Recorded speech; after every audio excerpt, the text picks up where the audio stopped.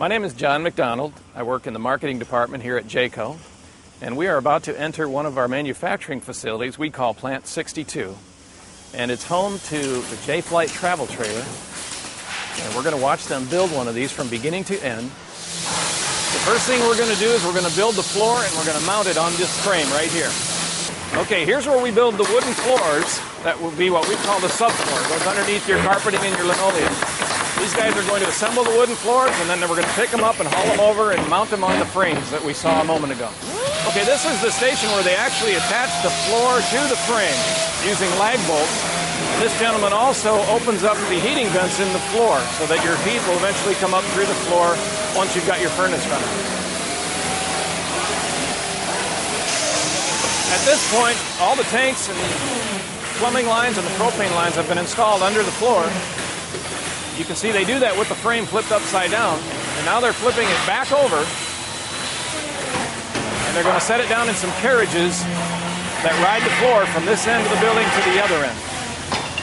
At this station, they're going to apply the vinyl flooring, or what most people call linoleum, to the floor, and then of course come back with carpet pad and carpeting in the areas that are supposed to receive carpeting. They're also bringing some plumbing lines and electrical lines up through the floor. The cabinets and the interior walls are built upstairs in our cabinet shop, and they use this chute or slide to lower them down to the station on the production line at which those items are installed on the floor, and that's what's happening right here. This is the station at which they begin installing the sidewalls, and you can see them bringing one in here right now. The sidewall is built offline, brought over on a crane, and as you can see, 3 guys are mounting it up on the frame where it will be installed.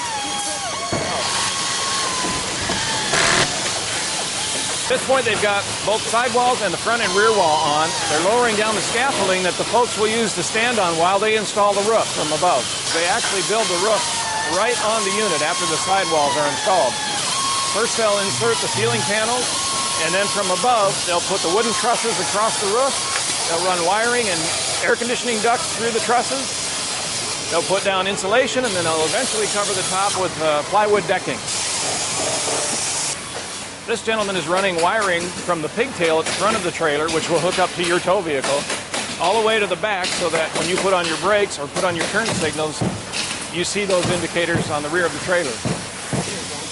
At this workstation, you can see the wiring has been run through the walls now, and this gentleman is inserting or gluing to the sidewalls the fiberglass insulation.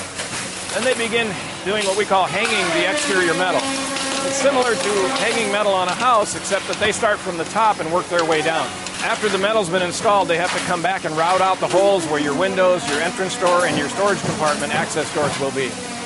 At this station, they install the front diamond plate. They also start putting on the decals, front and rear, and they install the marker lights and the porch light on the sides and the front and rear of the units. At this station, they're installing the entrance door, the windows, and what we call the storage compartment doors. This is the point at which they begin installing the appliances inside the unit.